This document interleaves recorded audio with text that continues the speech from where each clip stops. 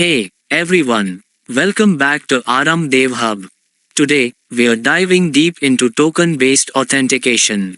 We'll compare JWT, JSON Web Tokens, with a classic approach inspired by PHP frameworks, proposed by @Pragameru in the comments.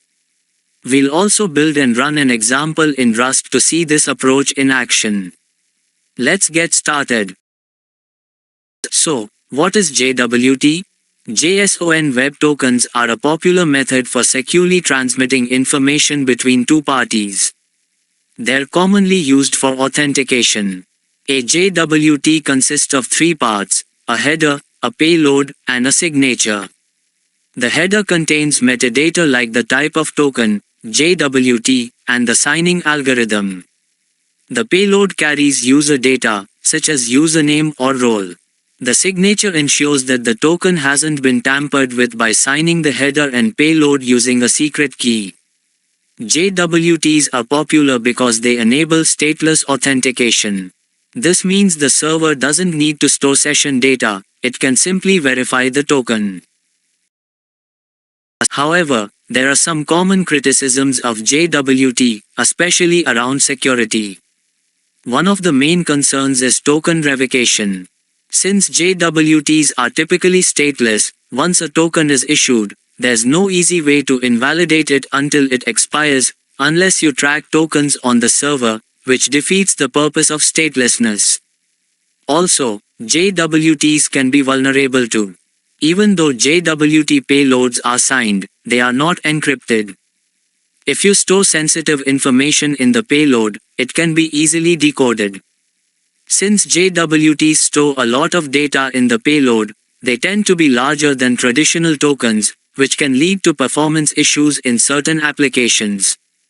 If you store JWTs in local storage or cookies, they can be vulnerable to theft through XSS attacks. @Pragameru proposed an alternative to JWT, a more classic approach from older PHP frameworks. This method focuses on minimal token content, using only an identifier like a username or email, and leaving out sensitive user data from the token itself. Here's the breakdown. The token contains only an identifier such as a username or email. The token is signed using a global salt combined with a per-user salt. This adds an extra layer of security by personalizing each token for each user. Authorization is handled closer to the transaction, ensuring the system only validates specific actions, making it more secure. This approach reduces the token's attack surface because no sensitive information is embedded in it, and it enforces strong cryptographic integrity by mixing in per-user and global salts. In the JWT model, we often rely on the token for both authentication and authorization. But in @Pragameru's approach, the idea is to handle authorization closer to the transaction. This means that instead of trusting the token to decide what a user can do, the server checks permissions on each transaction based on the user's data and session context.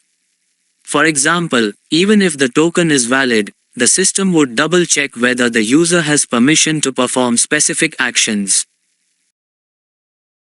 Now, let's implement @Pragameru's idea in Rust. We'll create a token system that uses both a per-user and global salt, and handles authorization in a more secure, PHP-style way. We'll also demonstrate how it works with real code. We'll start by setting up a new Rust project. Then, we'll add the SHA-2 crate for secure hashing.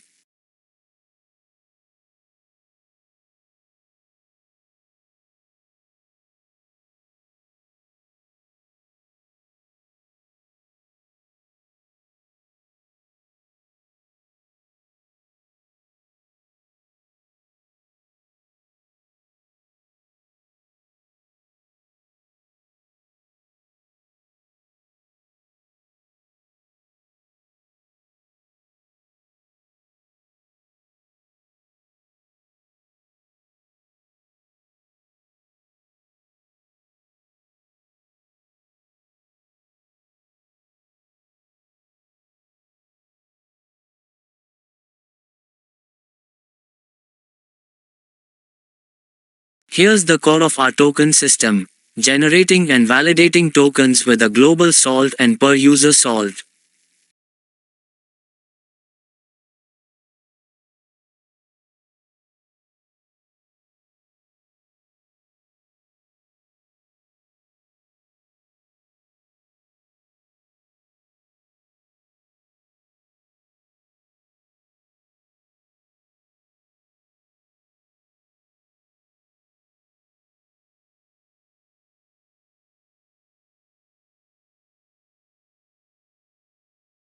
This code generates a secure token using a username, per user salt, and global salt. It also validates the token by checking its signature and expiration.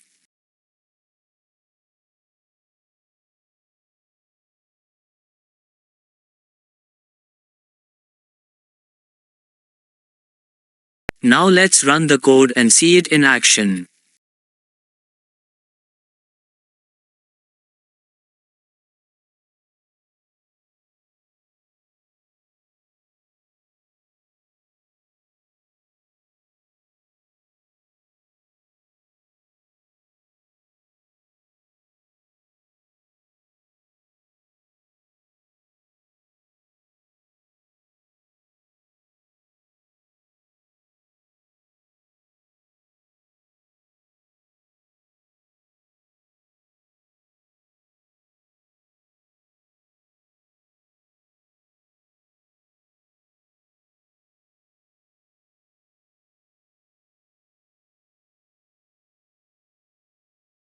Here we've generated a token for user 123 and validated it successfully.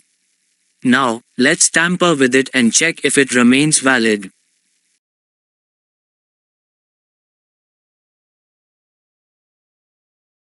First, let's tamper with the token and see if it's still valid.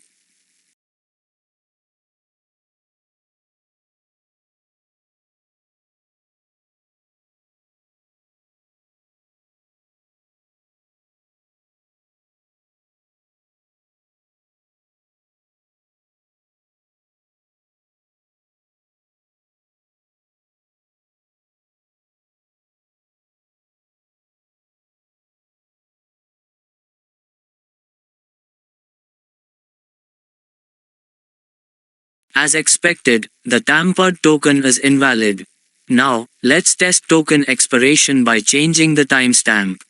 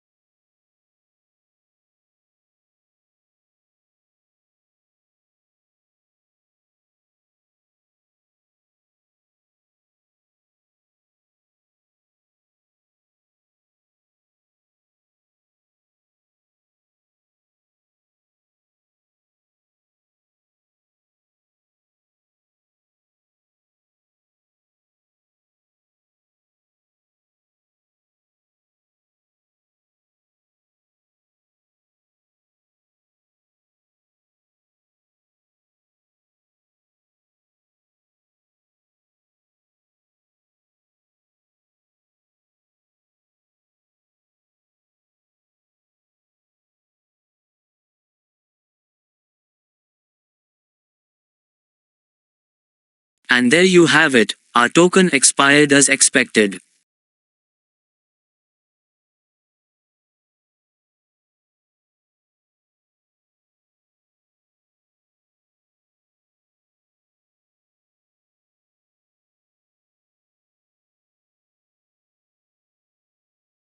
Let's discuss the practical implications of using this PHP-style token approach. By minimizing the token data and using per-user souls, we enhance security and reduce the risk of sensitive data exposure. This approach allows more granular control over user permissions, verifying authorization at the transaction level. The approach avoids some JWT pitfalls like token size and revocation complexity.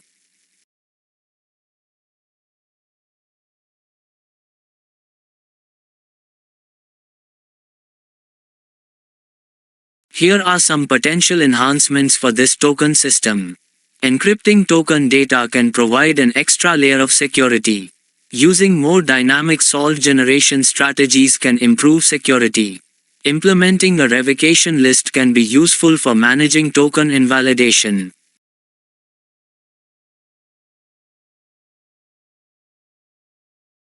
Now, let's address some questions and feedback from the community. Question: can this approach be used for other types of authentication? Answer: yes, it can be adapted for various authentication methods, including session-based and Auth-like systems. Question: what are the performance implications of using this system compared to JWT? Answer: the token's smaller size can improve performance, but you must consider your security needs. Share your questions and feedback in the comments below. We'd love to hear from you. Thanks for watching. We've compared JWT with a classic PHP-style token system and implemented it in Rust.